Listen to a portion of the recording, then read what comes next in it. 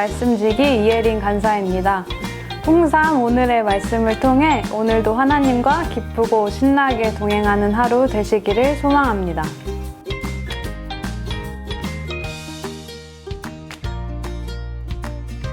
오늘 본문은 모세를 통해 하나님의 규례를 모두 전해들은 이스라엘 백성의 눈앞에 두 가지 길이 놓여져 있음을 이야기합니다. 여호와의 말씀에 따라 순종하며 사는 삶과 그렇지 않은 삶입니다. 오늘 본문 1절에서 13절은 순종한 삶을 살았을 때 따라오는 복이 기술되어 있고, 오늘 본문에서는 다 나와 있지 않지만 14절에서 68절에는 순종하지 않는 삶을 살았을 때 따라오는 저주가 기술되어 있습니다. 이 본문은 단지 이스라엘 백성에게 그들이 하나님의 말씀에 순종하는지 여부에 따라서 어떤 결과가 있는지 알게 하려는 정보 전달의 목적은 아닌 것 같습니다. 오히려 이스라엘 백성들이 하나님의 말씀을 듣고 순종하도록 하는데 그 목적이 있습니다. 순종의 결과를 가시적인 복과 저주로 표현하여 피부에 와닿도록 보여주는 것입니다.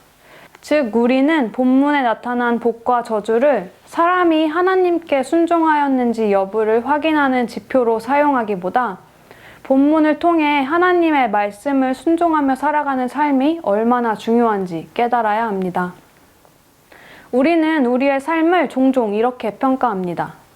잘되고 성공하고 부유하게 되면 하나님 앞에 선하게 살아서 복을 받은 것으로, 또 잘못되고 실패하고 가난하면 하나님 앞에 악하게 살아서 저주를 받은 것으로 평가할 때가 있습니다. 물론 하나님이 이렇게도 일하실 때가 있습니다. 하지만 이러한 표면적인 또 결과적인 모습을 통해 누군가의 삶을 판단하기보다 오늘 내가 나의 삶을 말씀으로 순종하며 살아가는 것이 중요합니다.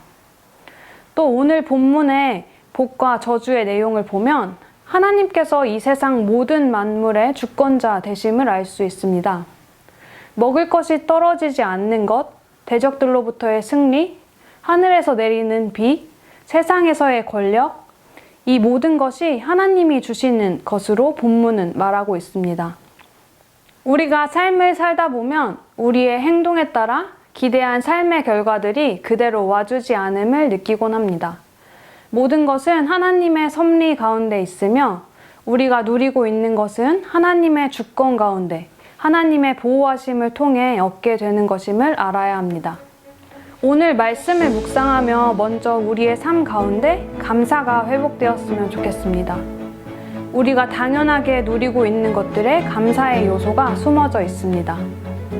그 가운데 우리를 사랑하시고 보존하시는 하나님의 손길을 느껴보시는 하루가 되기를 소망합니다.